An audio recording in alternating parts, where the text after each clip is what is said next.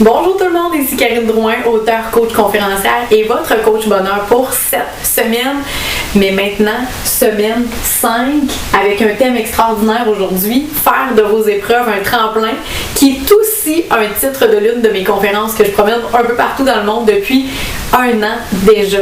Et pourquoi je trouvais important de vous en parler, c'est parce que si on ne sait pas bien gérer nos épreuves, évidemment que notre niveau de bonheur va être à la baisse.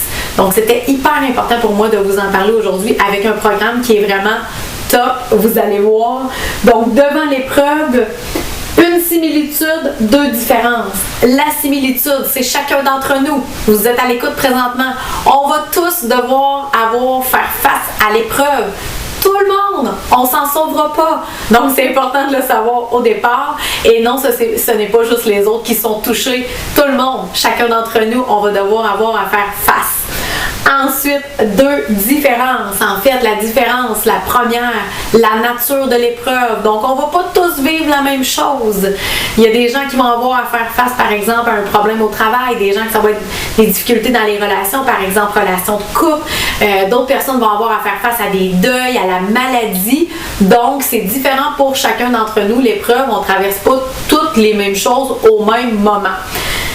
Deuxième différence, en fait, c'est la façon dont on va avoir à faire face. Donc ça aussi, ça va être différent. Chacun d'entre nous va aborder l'épreuve d'une façon différente. Là où j'attire votre attention, c'est que le fait qu'on doit faire face à l'épreuve, on n'a pas nécessairement le contrôle là-dessus. Chacun d'entre nous, ça va se produire, la vie c'est un cycle, donc notre contrôle est assez limité. Ensuite de ça, la nature de notre épreuve. Là-dessus aussi, notre contrôle est assez limité. On ne se promène pas avec un petit catalogue en disant « Bon, est-ce que ce mois-ci, je file un peu plus deuil ou difficulté conjugale? » Non, ça se passe pas comme ça non plus. Donc, vous voyez, on n'a pas nécessairement de contrôle. Par contre, vous me connaissez, j'adore là où on peut travailler. Comment on fait face à l'épreuve? Eh bien, ça, c'est un point où on a du contrôle.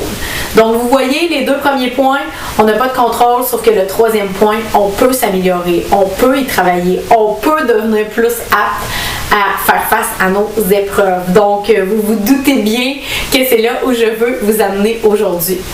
Alors, face à l'épreuve, on va avoir trois choix spécifiques.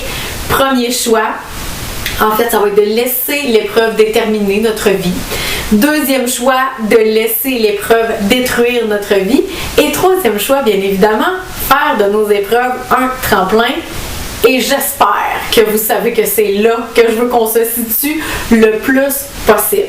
Si je vous donne un exemple concret, laisser la vie déterminer, en fait, laisser les épreuves déterminer notre vie, ce serait par exemple, on est épuisé, mais on continue de le dire, on s'en plaint, on fait pas d'action pour que ça change, mais là, tout souffre de ça, on n'a pas de temps de qualité avec nos amis, on a de la difficulté à aller travailler, bref, ça détermine notre vie, là. Notre épreuve est là, puis elle est omniprésente tout le temps. L'épreuve qui détruit notre vie, mais ça, c'est un niveau supérieur. On a traîné l'épreuve pendant tellement d'années, puis on n'a tellement pas pris le contrôle, on s'est tellement pas occupé de ça, qu'éventuellement, ce qui va arriver, c'est qu'on va développer des problèmes encore plus graves. Donc, il va peut-être survenir, par exemple, des dépendances, que ce soit des dépendances à l'alcool, à la drogue, des difficultés majeures qui vont découler de notre problématique. Donc, éventuellement, oui, ça va en venir à détruire notre vie et avoir des répercussions graves, probablement dans les différentes sphères. Et, par exemple, faire de nos épreuves un tremplin pour ceux et celles qui ont déjà terminé la lecture de mon livre. Merci d'ailleurs pour vos commentaires extraordinaires, je l'apprécie infiniment. Eh bien, c'est de prendre le temps de travailler sur soi, de faire des bilans, de trouver des stratégies, de déterminer par exemple nos priorités, d'aller de l'avant, de trouver nos passions, de se faire un plan d'action. Donc, c'est ça que ça veut dire faire de nos épreuves un tremplin. Et vous allez voir aujourd'hui, j'ai des exemples qui parlent beaucoup, entre autres l'exemple de clients que j'ai suivis en coaching de couple parce que ce couple-là avait perdu un enfant. Donc, juste de vous en parler, j'ai le frisson chaque fois. Cette épreuve-là, on ne veut même pas se l'imaginer. Donc, quand ça se produit, on imagine facilement que ça doit être terrible, que ça doit être vraiment difficile et que c'est une des épreuves, à mon avis, de perdre un enfant qui était en bas âge, soit dit en passant, donc très jeune, décédé d'un accident quand même subitement, tragiquement. Alors pour des parents, c'est quelque chose d'énorme comme épreuve à passer et ces gens-là sont venus me voir pour passer au travers, pour venir chercher de l'aide, pour venir chercher un éclairage. Et vous savez, on a beau avoir tous les diplômes et toute l'expérience, il reste qu'en tant qu'intervenant, intervenante, on peut se sentir quand même tout petit quand on a à aider des gens avec une épreuve si grande et on s'arme de toute notre bonté, tout notre amour, toute notre bienveillance pour pouvoir être à l'écoute de ces gens-là et pour pouvoir les aider du mieux qu'on le peut.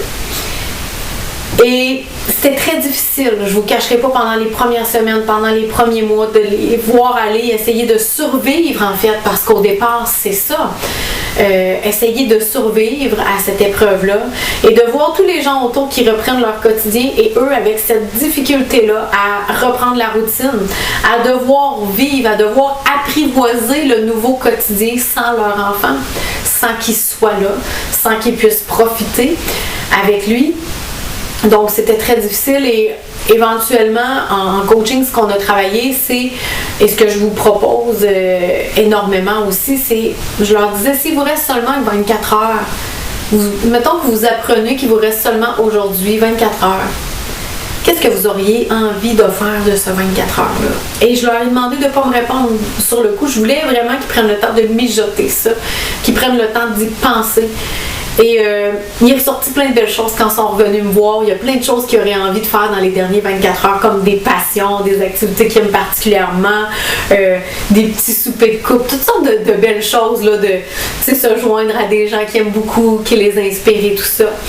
Et je leur disais, tu sais, chaque jour, on le sait pas, hein. C'est peut-être notre dernier 24 heures, en fait. Et là, il y avait l'exemple concret que, tu sais, pour leur enfant, c'est ce qui s'était passé. Ça avait été le dernier 24 heures, en fait. Et je leur disais, admettons que c'est votre dernier, tu sais, est-ce que vous prendriez la décision de pleurer votre enfant pendant toute la journée ou vous aimeriez vous accrocher à de toutes petites choses, tu sais, même de toutes petites choses qui fleurissent dans une journée, qui sont belles et qui font du bien? Est-ce que vous prendriez le temps de déplacer votre focus un peu et de vous attarder à ça parce que ce serait votre dernier 24 heures? Et leur réponse, c'était oui. Ils en avaient trouvé un paquet de choses, en fait, qu'ils aimeraient faire durant leurs derniers 24 heures. Toutes de belles choses, toutes des choses positives, toutes des choses qui font du bien. Et c'est à ce moment-là que pour eux, le déclic s'est fait. Et qu'ils ont compris que s'ils mettaient le focus là-dessus, ça n'empêchait pas qu'il y avait de la peine quand même. Ça n'empêchait pas qu'ils n'oubliaient pas leur enfant, qu'ils l'aimaient beaucoup encore, qu'ils se sentaient encore beaucoup connectés avec lui. Mais de temps à autre, qu'ils avaient besoin de déplacer ce focus-là. Pour faire un peu plus que survivre, pour être capable éventuellement de vivre, puis pour être capable éventuellement et ultimement de vivre heureux à nouveau. Pas en n'ayant plus de peine, mais en choisissant de déplacer le focus. Dans l'esprit que peut-être un jour ils allaient vivre leur dernier 24 heures, puis ils ne voulaient pas que ce dernier 24 heures-là soit à pleurer, à être dans le néant, puis ils pensaient à quelque part, ils ont eu la réflexion que probablement que justement leur enfant ne voudrait tellement pas voir ça d'eux. Donc, ça les a aidés énormément de faire cet exercice-là. Et un peu plus tard dans le processus, c'est sûr que c'est pas un processus de coaching qui a duré 2 semaines, mais un peu plus tard dans le processus, j'ai fait un deuxième exercice significatif avec eux. Et c'était de se poser la question, même si c'est difficile, quel bagage supplémentaire avez-vous maintenant, en ce moment, en main? Qu'est-ce qui pourrait être significatif? Je sais que c'est difficile malgré l'épreuve, mais qu'est-ce qui pourrait être significatif? Comment pourrez-vous ressortir un peu plus gagnant, un peu plus outillé? Est-ce qu'il y a des choses que vous retenez, des apprentissages, des trucs? Comment pourriez-vous faire quelque chose de beau avec ça? Et évidemment, il ne fallait pas encore qu'ils me répondent tout de suite. Genre, on leur laissait un certain temps de réflexion. Et quand ils sont revenus avec un sourire aux lèvres, croyez-moi, avec un magnifique sourire dans le visage, c'était pour me dire qu'ils avaient trouvé. Que maintenant, ils avaient compris, moi je leur avais enseigné qu'ils étaient devenus des experts parce que moi je leur avais donné toutes mes compétences, toutes mes croyances, toutes mes stratégies, toutes mes connaissances dans le domaine, je leur avais donné. Et eux autres, en plus de ça, avaient l'avantage, je sais que ça peut paraître un peu bizarre, mais avaient l'avantage d'avoir eu les 2 pieds dans cette situation-là et de l'avoir vécu. Donc mes clients m'ont annoncé que maintenant, ils allaient aider. Ils allaient aider des parents qui vivent le deuil de leur enfant. parce qu'ils étaient doublement outillés pour le faire. Et parce que pour eux autres, ça allait être leur clin d'œil à leur enfant. Ça allait être leur clin d'œil pour lui dire, écoute, on te voit encore, tu vis encore à travers nous, et voilà, nous, on veut changer maintenant la vie des gens, de par l'épreuve qu'on a vécue, de par le fait que tu n'es plus là et qu'on a dû te perdre subitement. Non seulement on va aider les gens, mais ça va être notre clin d'œil à toi pour continuer à maintenir le cap, pour continuer à vivre et non à survivre. Donc, vous voyez à quel point c'est extraordinairement beau. Et c'était les derniers clients, honnêtement, que j'aurais pu penser qu'ils auraient fait une épreuve. Vraiment, qu'ils auraient fait un tremplin avec leur épreuve, parce que ça en était une de taille. Et ils ont réussi à se créer un tremplin. Donc, pourquoi je vous le dis, c'est que pour bien évidemment, vous puissiez vous identifier à ces gens-là. Moi, je me disais toujours, si eux, on peut partir de là et se bâtir un tremplin, ben moi aussi, personnellement, quand j'ai eu à vivre mon épuisement, quand j'ai eu à vivre le tourbillon avec l'arrêt de travail et tout ce qui a pu survenir, moi aussi, j'aspirais à faire de mon épreuve un tremplin. Moi aussi, je me suis dit que je pouvais devenir une meilleure personne. Moi aussi, je me suis dit que je pouvais travailler sur moi, déplacer mon focus, faire autrement, faire mes bilans, établir mes priorités et revenir plus forte, encore plus forte, pour pouvoir aider un paquet de gens avec ça. Et c'est ce que je fais aujourd'hui et c'est extraordinaire. Mais j'aurais pu aussi rester dans mon coin, ne pas me faire aider et laisser l'épreuve détruire ma vie. Eux aussi, ils auraient pu faire ça. Ils auraient pu sombrer dans un deuil incroyable. Ils auraient pu sombrer dans la consommation, dans un paquet de choses néfastes, mais ils n'ont pas choisi de faire ça. Donc, je trouvais hyper important de vous partager ça aujourd'hui. Vous allez voir pour les exercices, je ne suis pas exigeante cette semaine. Je vous ai pas mis un paquet de choses, je vous ai mis un document en particulier, mais s'il vous plaît, attardez-vous à celui-ci. Ce n'est vraiment pas anodin. C'est un document, une feuille. Si vous devez prendre les deux côtés, c'est parfait. Et c'est écrit « Moi, dans ma vie, je veux vraiment ». Donc, allez-y avec vos tripes. Qu'est-ce que vous voulez vraiment? Qui voulez-vous être vraiment? Comment voulez-vous vraiment faire face à vos épreuves? Quels sont tout ce qui est important là, pour vous? Ça doit se retrouver là-dessus. Allez-y avec votre cœur, allez-y avec vos tripes, allez-y avec vos désirs. Votre version de vous améliorée, avec vos compétences améliorées, ça doit se retrouver sur ce document-là. C'est le point de départ. C'est la base avant toute action. Donc, j'en demande pas beaucoup, mais ce que je demande, vous devez vraiment y mettre tout votre cœur et toute votre attention. Et la dernière chose, il va y avoir un lien avec une vidéo incroyable que je vous partage cette semaine. C'est une vidéo qui me suit dans ma vie, mais qui me suit aussi en conférence.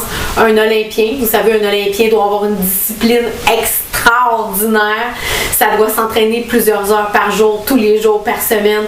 Faire attention à l'alimentation, la santé, un paquet de détails pendant des années pour ultimement accéder aux Olympiques et ultimement faire une performance. Et je vous dis pas ce qui se passe parce que j'ai envie que vous soyez curieux, curieuse et que vous alliez voir tout ça. Et vous allez voir qu'est-ce qui va se passer. Mais je peux simplement vous dire qu'il va faire de son épreuve un tremplin. Et j'espère que ça va vous inspirer parce que moi, quand ça va un peu moins bien, j'y retourne voir cette vidéo-là. Et la question que j'ai pour vous autres aujourd'hui, c'est comment vous gérez-vous votre course? Votre course, c'est votre vie, c'est vos épreuves, c'est ce qui se passe au quotidien. Comment vous gérez ça? Et est-ce que vous avez envie que ce soit encore comme ça? Est-ce que vous avez envie que ça change? Est-ce que vous avez envie de reprendre le contrôle sur votre vie, sur vos épreuves pour éventuellement augmenter votre niveau de bonheur, pour éventuellement être plus heureux et heureuse? Donc, je vous laisse aller faire vos devoirs bonheur, parce que c'est un plaisir de faire ça. Je vous laisse aller voir cette vidéo-là et j'attends vos questions, j'attends vos commentaires sous la vidéo, vos interactions. Est-ce que vous avez à vivre des épreuves dans votre vie? Comment le faites-vous? Est-ce que vous êtes en contrôle ou est-ce que vous vous laissez peut-être déterminer votre vie par vos épreuves? Où voulez-vous être dans quelques semaines, quelques mois, peut-être quelques années?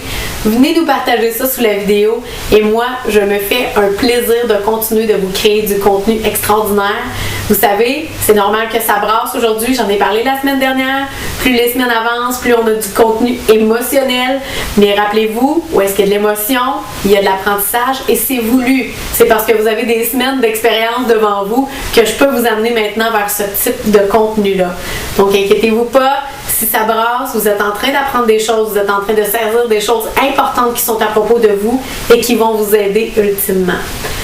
Je vous embrasse, mes ambassadeurs du bonheur, et je suis tellement fière de vous autres. Continuez vos beaux progrès. Je suis là, je vous vois, je vous accompagne pas à pas, et j'ai déjà hâte de vous retrouver pour la suite.